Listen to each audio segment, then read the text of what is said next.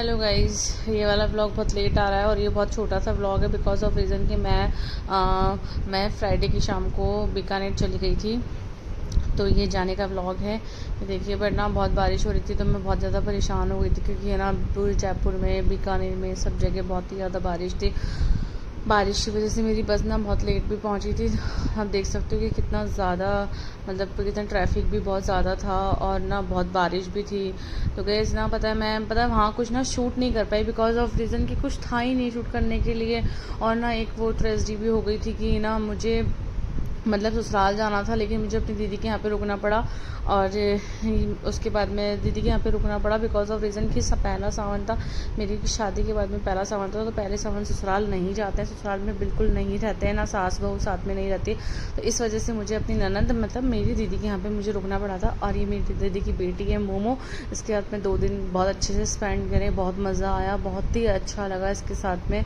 और अरे ये मोमो के साथ में ना अच्छा, बहुत अच्छा लगता है। मोमो और पुच्ची दो मेरे ना बहुत ज़्यादा मतलब बहुत ज़्यादा मेरे करीब हैं। इन दोनों के साथ में मुझे मस्ती करना, ये मतलब हर चीज़ ना मुझे बहुत ज़्यादा अच्छी लगती है। और फिर उसके बाद में हम लोग ऐसे ही घूमने के लिए चले गए थे। इसका स्कूल में एडमिशन करवाना था बिकॉज मोमो ना 2 साल की हो गई। तो दीदी और हम लोग फिर गए थे। तो मोमो ऐसे जिद कर रही थी दीदी के पास में कि ना मैं ड्राइवर सीट पर बैठूंगी आपके साथ में, मम्मा मेरे को बैठना है, मम्मा मेरे को बैठना है। और फिर ऐसे और बोलते जब भी इसकी बात नहीं मानो तो मम्मा मैं आपसे नाराज़ होता हूँ, मम्मा मैं आपसे नाराज़ होता हूँ, मम्मी मैं आपसे भी नाराज़ होता हूँ।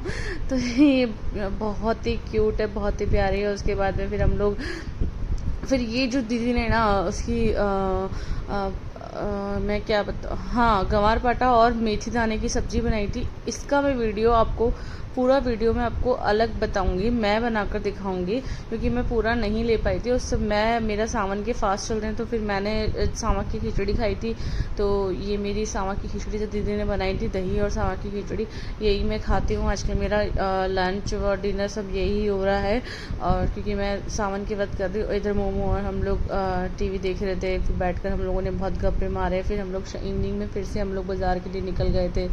तो मतलब ओवरऑल पूरे ना 2 दिन बहुत ही अच्छे रहे थे। तो बड़ा मज़ा बहुत आया था। तो ये एक सीरीज़ थी जो हम देख रहे थे, मैं और दीदी, और हमने पूरा इंटरेस्ट लेकर देखा था इसको पूरा लास्ट तक। रात को 11 बजे तक इसको हमने कंप्लीट करी थी।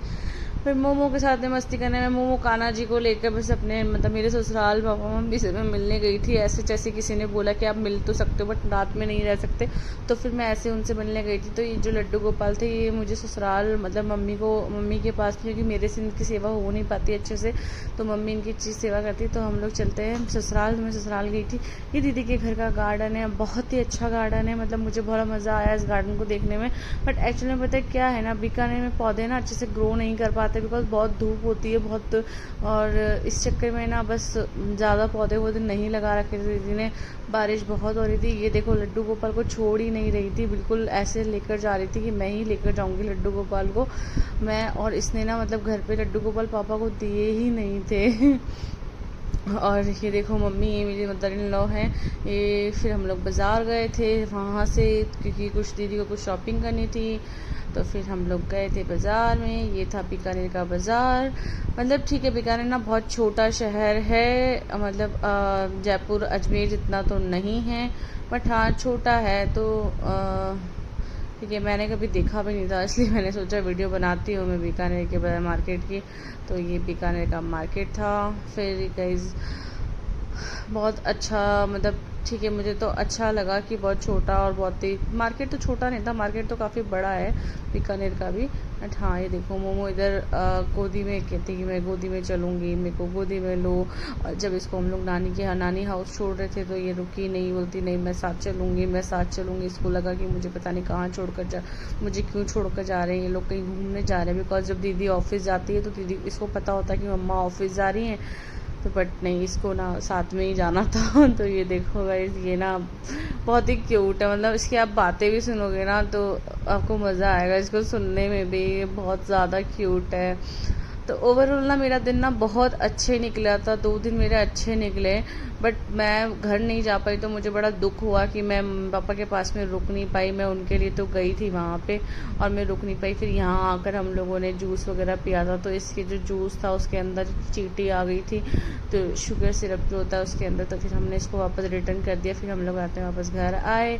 घर आने के बाद में बीकानेर में एक्चुअली बहुत ज़्यादा भीड़ थी, बिकॉज मोदी जी की रैली थी, मोदी जी आए थे तो इसीलिए, और फिर बहुत रश भी था।